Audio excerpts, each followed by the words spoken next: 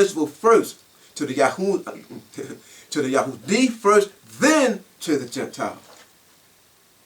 He said, by grace you have been saved, and raised us up with him, and made us to sit with him in the heavenly places in Messiah Yahushua, that in the ages to come he might show the exceeding riches of his grace and kindness toward us in Messiah Yahushua. For by grace you have been saved through faith, and that not of yourselves. It is the gift of Yah, not of works, that no one would boast.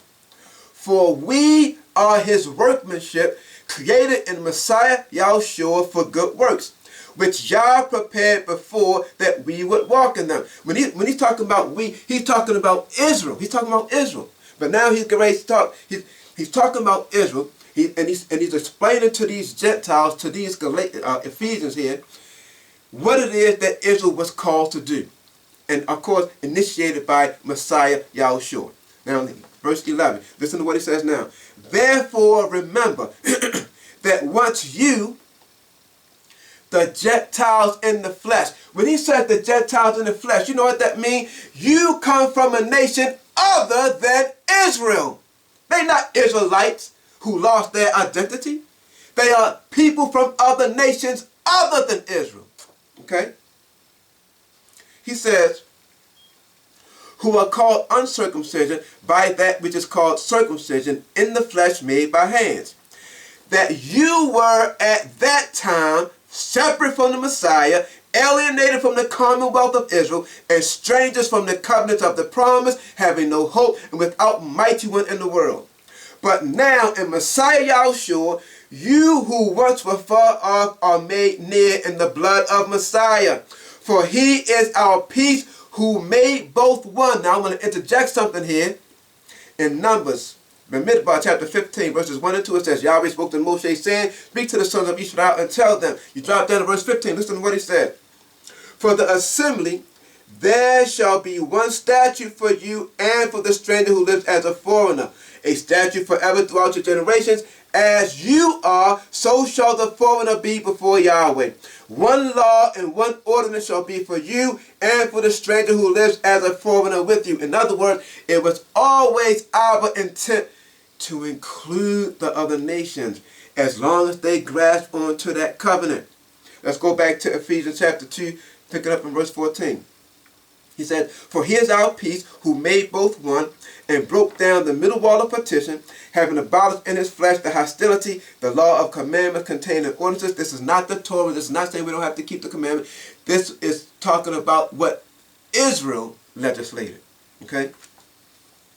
That he might create in himself one new man of the two, making peace, and might reconcile them both in one body to Yah through the stake, having killed the hostility thereby. He came and preached peace to you who were far off, and to those who were near. For through him we both have our access in one spirit to the Father.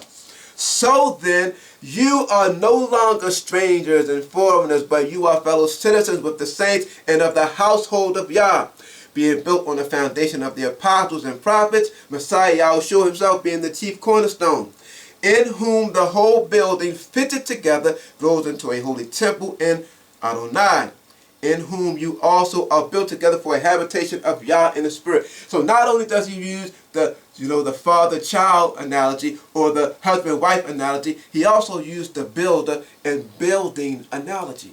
He's the builder, and we are all, as Brother Kepper said, lively stones. You see, I was using all these different examples because if you have any experience in carpentry or building a house, masonry, then you have some understanding about exactly what it is he's doing.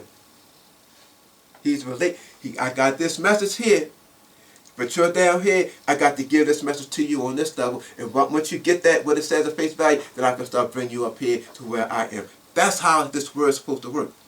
Last passage, fam. 2 Corinthians chapter 6, verse 14.